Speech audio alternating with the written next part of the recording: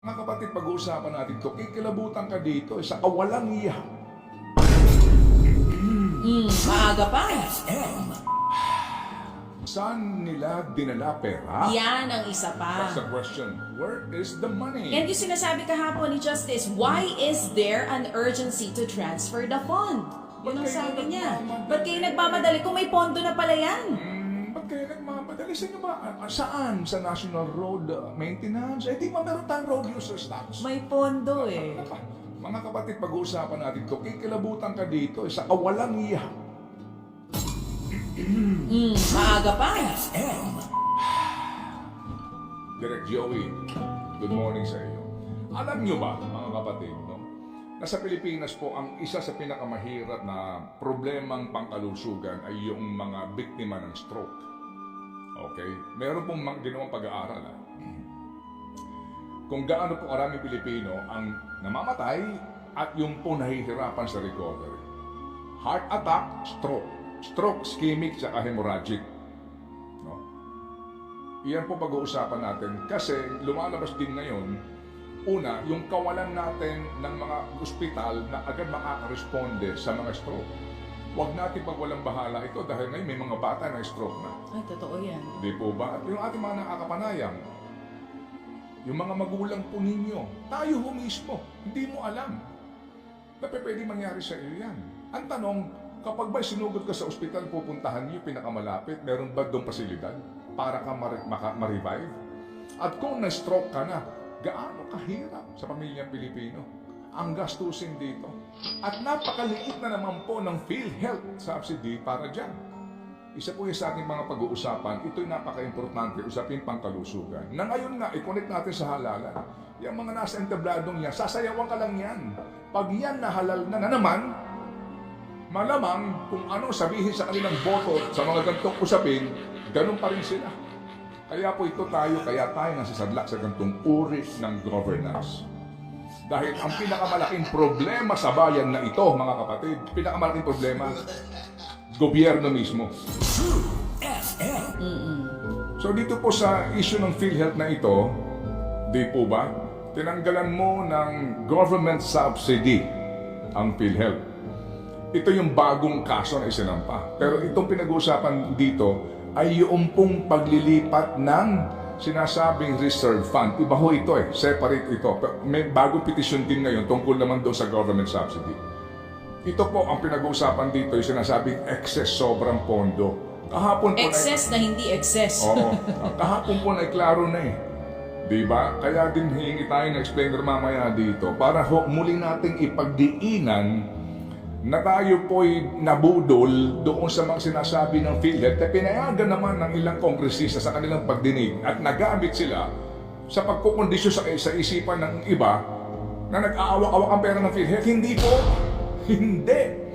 Lumabas nga po ngayon sa hearing, di ba? Sa oral argument na ang PhilHealth po may negative ang kanila pong pananalapi. Yung pong kanilang mga obligasyon na paparating, wala silang pera para doon. And then, ito nga po maganda kahapon bilang patikim mga kapatid sa naging oral argument na binanggit mo kanina, Chacha. Anong sinasabi po ng isa sa mga maestrado na tayo po'y, kaya pag humarap ka dyan, baby girl, sa ganyang uri ng oral argument, ay dapat preparado ka nga harap kasi yung justice hindi ito para mga kongresista o mga senador na widow lang. Di ba? Na-stuck knowledge lang ang bit-bit. Preparado po sila. Napakasimple po ng mga ng mga paglalatag ni Justice. No?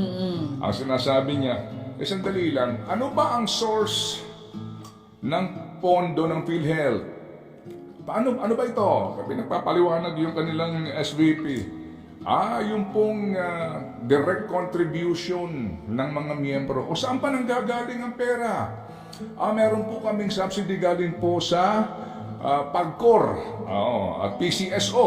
Tama? Meron po kami. Okay. Saan pa nanggagaling? Meron din po kaming pinanggagalingan na pera para po sa sin taxes. Yung sin taxes pa, paano ba yon? Yung pagbubuwis para saan ito? Nakalagay po yan sa UHC law. Saan pa nang gagaling? Meron din pong government subsidy. Ganon. So kung yan ang pinanggagalingan, para saan yung pera? Para po sa pondo po ng una, yung pong mga indirect members, contributors. Sino to? Direct contributors. PWD, senior Senior citizen, mga indigents, hindi kaya. Yun pala naman. Yung sin taxes, para saan yun? Yun din po ito. So yung bang sin taxes, ano ba yan? Special law ba yan? Oo, special law. Meron siyang special purpose, oo, special. Anong purpose niya? Para sa PhilHealth. So nakalagay doon, special din ang provision para sa una, pagpapadami ng benepisyo. Pangalawa, para kung kakayanin na, dahil nga may pera ka na, babaan mo ang contribution. Di ba? Klaro. Sige. So, kung yan ay special na batas para sa special na adhikain, ba't mo naman gagamitin yan sa ibang bagay? True FM. Kung nanonood ka, nakikinig ka ron, sa cheese, sabi nga ni, yung boboto mo ba yun? Ha? Sa cheese, Yung elections na. checkmate. Mati na eh. Hindi ba? Bulagta na eh. Paano ka hihirit doon? Oo. Ha? Alam mo, kahapon, Ano? habang nakikinig ako, walang video, oral argument nga po. May part dyan, nag-explain si, yung lagi natin kausap dito, Sir Albert Domingo.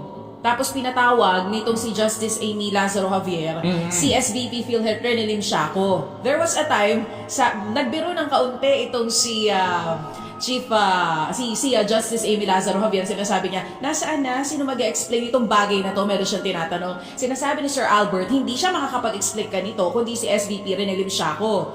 Huwag ka magtago dyan, nagtatago ka na dyan. Tapos parang nangingiti itong si Justice Amy Lazaro Javier kasi alam niya sa sarili niya na hindi nga siya masagot dun sa kanyang mga katanungan. The money should not be Yan. diverted for other purpose. Yan. The law provides for a special purpose and the source of fund is for special purpose. Kaboom!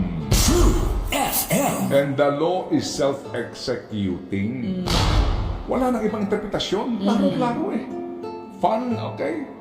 And then, dun na pinasagot yung Solgen kasi nga sinabi, so gagamitin niyo yung pera para sa kalusugan natin sa pagpapatayo ng tulay?